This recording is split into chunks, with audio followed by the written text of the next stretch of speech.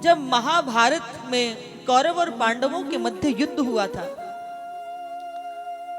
तो उस महाभारत के शांति पर्व से कथा प्रारंभ होती है। दुर्योधन के 100 भाई थे और ये दुर्योधन के संपूर्ण भाई उस युद्ध भूमि में एक एक करके ढेर हो गए थे। एक तरफ दुर्योधन के समस्त 100 भाई और एक तरफ पांडव, ये 5 भाई थे और 5 भाइयों में से भी किसी का बाल बांका नहीं हुआ। दुर्योधन के मित्र थे अश्वत्थामा। जब युद्ध हो रहा था तो अश्वत्थामा उस समय वहां नहीं थे और जब वे वहां पहुंचे, उन्होंने अपने मित्र को देखा तो दुर्योधन की उस समय जंघा टूटी हुई थी और वह पीड़ा से कर्राह रहे थे। अश्वत्थामा ने अपने मित्र की उस दुर्दशा को देख करके मित्र से कहा कि मित्र, तुम्हारी यह दुर्दशा जिसने भी की है, मैं तुम्हें वचन देता हूं कि उसको जीवित नहीं छोड़ूंगा। दुर्योधन ने कहा, मित्र तुमने वचन देने में शीघ्रता कर दी। बड़े बड़े धुरंधर भी जिनका कुछ बिगाड़ ना पाए, उनका तुम क्या करोगे? अब अश्वत्थामा ने वचन तो दे दिया था, तो अब जब कोई व्यक्ति वचन देता है या संकल्प लेता है, तो जब तक संकल्प को पूर्ण ना कर दे, उसकी रातों की नींद उड़ जाती है। तो आज अश्वत्थामा रात्रि में बैठ के विचार कर रहे हैं कि मैंने अपने मित्र को वचन दे दिया, अब मैं उस मित्र के वचन को पूर्ण कैसे करूं? तो रात्रि में क्या देखा कि एक उल्लू पक्षी, उल्लू को देखा होगा ना आपने, उस उल्लू को दिन में दिखाई नहीं देता, रात्रि में दिखाई देता है। तो वो है उल्लू पक्षी एक चिड़िया के घोंसले में चिड़िया के अंडों को फोड़ करके खा रहा था। बस यहीं से उसने प्रेरणा ले ली कि दिन में तो अस्त्र शस्त्र के बल पर मैं पांडवों को नहीं मार सकता, पराजित नहीं कर सकता, परंतु रात्रि में सोते हुए नियतों को तो मार सकता हूं। आप देखो दुष्ट व्यक्ति कहां से भी प्रेरणा ले सकता है। तो वह रात्रि में चल दिया, पर यह भूल गया कि जाखो राखे साइया मार सके ना कोई, बाल ना बांका कर सके जो जग बैरी होई। चाहे कितना भी जग बैरी हो जाए, पर जिस पर सतगुरु की कृपा दृष्टि हो, भगवान की कृपा दृष्टि हो, भला उसके बाल को बांका किया जा सकता है। जिधर साक्षात श्री हरि स्वयं पांडवों के साथ खड़े हों, तो भगवान आज कहते हैं, श्री कृष्ण पांडवों से कि जब से यह महाभारत का युद्ध प्रारंभ हुआ है, एक भी रात्रि में बैठकर हमने सत्संग नहीं किया। चलो आज हम थोड़ा समय एक साथ व्यतीत करेंगे, थोड़ा सत्संग करेंगे। और द्वारकाधीश भगवान श्री कृष्ण उन 5 पांडवों को अपने कक्ष पर ले गए, अपने पड़ाव में ले गए। अश्वत्थामा रात्रि के समय पर पांडवों के उस पड़ाव पर पहुंचे, पर यहां पांडव नहीं, पांडवों के 5 पुत्र सोए हुए थे। और जो 5 पांडव थे ना, इनके जो पुत्र थे वो कद काठी में बिल्कुल वैसे ही लगते थे जैसे पांडव थे। उनके ही जैसे रूप, उनके ही जैसे शरीर की जो आकृति थी। 5 पांडवों को सोता हुआ देख, पुत्रों को सोता हुआ देख इनको लगा ये तो पांडव ही सो रहे हैं, और सोते हुए को निहत्तों को उसने मार करके उन 5 के मुंडों को हाथ में ले लिया और लेकर के चल पड़ा। इधर जब यह लेकर के उनको दुर्योधन के सम्मुख पहुंचा, तो दुर्योधन से जाकर के कहा कि मित्र देख, मैं तुम्हारे भाइयों के हत्यारों को, तुम्हें कष्ट देने वालों को, तुम्हारी दुर्दशा करने वालों को मार करके ले आया हूं। और जैसे उत्सुकता वशीभूत दुर्योधन ने अपनी आंखों को ऊपर उठाया, तो उसने क्या देखा कि ये 5 पांडव नहीं, ये तो पांडव के पुत्र थे। जैसे ही यह दृश्य देखा, तो उस दुष्ट दुर्विनीत पापी दुरात्मा दुर्योधन का चित्त भी हाहाकार करने लगा। बोले तुमने पांडवों को नहीं, पांडवों के पुत्रों को मार दिया, अब तो इस वंश में कोई पानी पिलाने वाला भी नहीं बचा। हाहाकार करता हुआ वह दुर्योधन का चित्त भी इसको दृश्य को देख ना पाया, और दुष्ट दुर्विनीत दुर्योधन का प्राणांत उसी क्षण हो गया।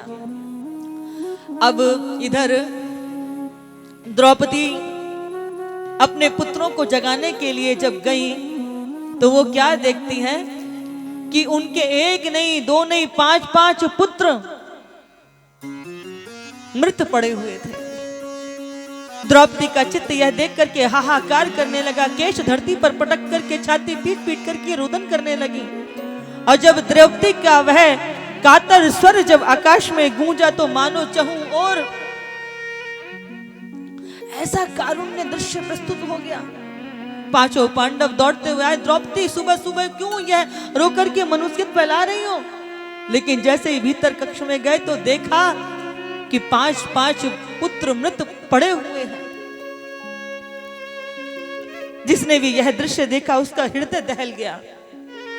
अर्जुन कहते हैं, द्रौपदी, जिसने भी तुम्हारे पुत्र का यह जिसने भी स्थिति की है, मैं वचन देता हूं उसको जीवित नहीं छोड़ूंगा। भीम की भुजाएं फड़कने लगी और आज द्वारकाधीश भगवान पुनः अर्जुन के रथ पर सारथी बनते हैं, पुनः उस रथ की प्रत्यंचा को अपनी हाथ में थामते हैं। आगे आगे अश्वत्थामा भागा जा रहा है, पीछे पीछे भगवान द्वारकाधीश अर्जुन के रथ को लेकर के दौड़ रहे हैं। अश्वत्थामा ने देखा कि मेरे प्राणों पर संकट है, अब मैं अपनी रक्षा कैसे करूं? तब अश्वत्थामा ने ब्रह्म अस्त्र को अर्जुन की ओर प्रेषित कर दिया। अर्जुन ने जैसे ही वह जो है ब्रह्म अस्त्र को अपनी ओर आते हुए देखा तो अपने दोनों हाथ उठा लिए। कृष्ण कृष्ण महाभाव भक्त नाम भयम करा, त्वमेक धैर्य मानो नाम अपवर्गोसी संस्कृते। हे द्वारकाधीश, हे भगवान श्री कृष्ण, मेरे प्राणों पर संकट है, मुझे से वाण से भय नहीं है, अब आप मेरी रक्षा करें, आप मुझे मेरा मार्ग प्रशस्त करें कि मैं क्या करूं। तब द्वारकाधीश भगवान श्री कृष्ण कहते हैं कि अर्जुन, कांटा कांटे से निकलेगा, विष होगा विष से निर्मूल, इसलिए तुम भी इस वाण को नष्ट करने के लिए ब्रह्मास्त्र का संघान करो। और प्रभु की आज्ञा पाकर के अर्जुन ने भी ब्रह्मास्त्र को संचालित कर दिया है। दोनों ब्रह्मास्त्र आपस में आकर के टकराए और उनकी शक्ति नष्ट हो गई, धरती पर आकर के गिर पड़े।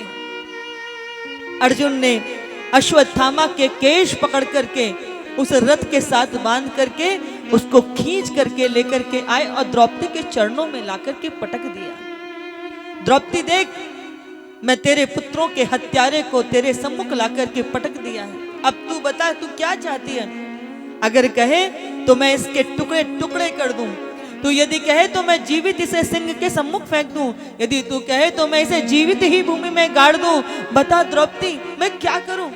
लेकिन द्रौपदी चुप है, कुछ बोलती क्यों नहीं है, कुछ कहती क्यों नहीं है? द्रौपदी कहती है, क्या इसको मारने से मेरे पुत्र जीवित हो जाएंगे? और वैसे भी अश्वत्थामा तो आपके गुरु द्रोणाचार्य के पुत्र हैं, और एक माता जिसने अपने पुत्र को खो दिया हो, उस माता से पूछो कि पुत्र को खोने की कैसी स्थिति होती है? क्या इसे मार करके मेरे पुत्र जीवित हो जाएंगे? और जो कष्ट मैं झेल रही हूं वह मैं अपनी गुरु माता को कष्ट नहीं दे सकती।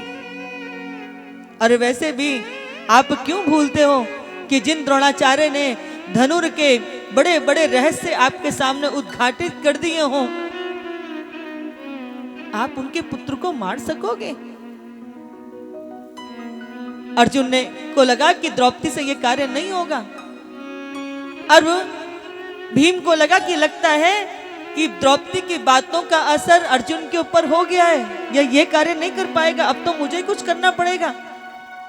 तब अर्जुन द्वारिकाधीश की ओर देखने लगे कि प्रभु इस असमंजस की स्थिति में मेरा मार्गदर्शन करो, मैं क्या करूं?